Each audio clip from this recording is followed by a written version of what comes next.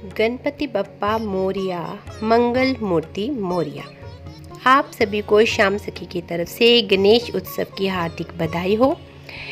श्री गणेश जी हिंदू धर्म के अनुसार प्रथम पूजनीय देव हैं। गणेश चतुर्थी के दिन लोग अपने घरों में गणपति बप्पा का स्वागत करते हैं और फिर 10वें दिन विधि विधान से उनका विसर्जन करते हैं। गणेश चतुर्थी से गणेश जी की जब घर में आते हैं तो हम सब उनका धूमधाम से स्वागत करते हैं। पूरे 10 दिन तक उनकी पूरे जोश और उमंग के साथ पूजा अर्चना करते हैं। लेकिन गणपति जी को केवल घर में विराजमान करना ही जरूरी नहीं है, बल्कि उससे भी ज़्यादा उनका विसर्जन करना भी जरूरी है। आइए जानते हैं आज इन प्रश्नों के विषय में कि गणेश जी को 10 दिन के लिए क्यों घर में विराजित किया जाता है और फिर 10वें दिन यानी कि अनंत चतुर्दशी के दिन उनका विसर्जन क्यों किया जाता है। लेकिन उससे पहले आपको मेरे चैनल को सब्सक्राइब करना होगा। वीडियो यदि आपको अच्छी लगे तो इसे ज़्यादा से ज़्यादा लाइक एंड शेयर अवश्य करें। तो चलिए शुरू करते हैं। गणेश चतुर्थी के दिन से गणेश उत्सव की शुरुआत हो जाती है। गणेश चतुर्थी से अनंत चतुर्दशी तक गणपति जी की खूब सेवा पूजा अर्चना की जाती है। अपने श्रद्धा के अनुसार लोग गणपति जी को 1.5 दिन, 3 दिन या 5 दिनों में भी उनका विसर्जन कर देते हैं। वैसे 10 दिन तक गणपति जी की पूजा का विधान है।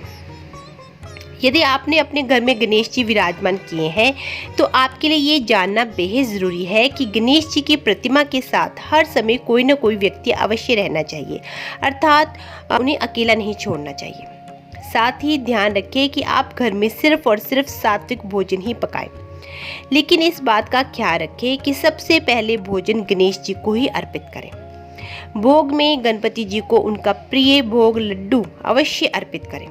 साथ ही उन्हें दुर्वा, पुष्प, रोली, मौली, गुलाल, अबीर, सिंदूर, हल्दी, कुमकुम, नारियल, पान, सुपारी आदि अभी अर्पित करें। जिस चौकी पर भी गणेश जी विराजित हों उस पर लाल रंग का वस्त्र अवश्य बिछाएं।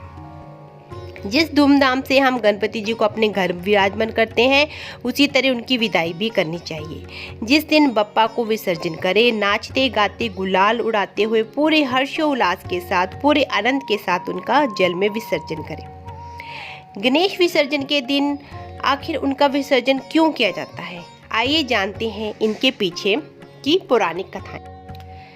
माना जाता है कि अनंत चतुर्दशी के दिन गणपति जी को जल में विसर्जित कर दिया जाता है, क्योंकि वो जल तत्व के अधिपति हैं। पुराणों के अनुसार वेद व्यास जी भगवान गणेश जी को कथा सुनाते थे और बप्पा उसे लिखते जाते थे। कथा सुनाते समय वेद व्यास जी ने अपने नेत्र बंद कर लिए। वो 10 दिन तक कथा सुनाते गए और बप्पा उसे लिखते गए। लेकिन जब 10 दिन बाद वेद व्यास जी ने अपने नेत्र खोले तो देखा कि गणपति जी के शरीर का तापमान बहुत ज़्यादा बढ़ गया था। वेद व्यास जी ने उनका शरीर ठंडा करने के लिए उन्हें जल में डुबो दिया, जिससे उनका शरीर ठंडा हो गया। कहा जाता है उसी समय से ये मान्यता चली आ रही है कि गणेश जी को शीतल करने के लिए गणेश विसर्जन किया जाता है। एक अन्य पौराणिक कथा के अनुसार भगवान गणेश जी की दक्षिण में अपने भाई कार्तिकेय के यहाँ कुछ दिनों के लिए रहने गए और वहाँ सबका मन मोह लिया।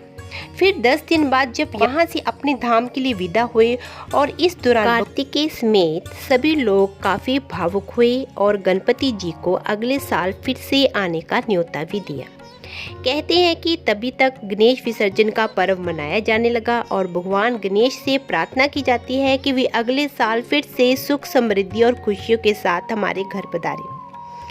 इसीलिए इस हर साल 10 दिन तक गणपति जी विराजे जाते हैं और फिर 10वें दिन उनका जल में विसर्जन किया जाता है और साथ ही उन्हें अगले वर्ष फिर से घर में पधारने का निमंत्रण पत्र भी दिया जाता है। भगवान श्री गणेश जी की कृपा आप सभी पर सदैव बनी रहे। तो चलिए वीडियो का अंत करती हूँ। वीडियो यदि अच्छी लगी हो तो इसको ज़्यादा से ज़्यादा लाइक एंड शेयर अवश्य करना। नए हैं तो प्लीज़ चैनल को सब्सक्राइब करना। गणपति बप्पा मोरया, मंगल मूर्ति मोरया।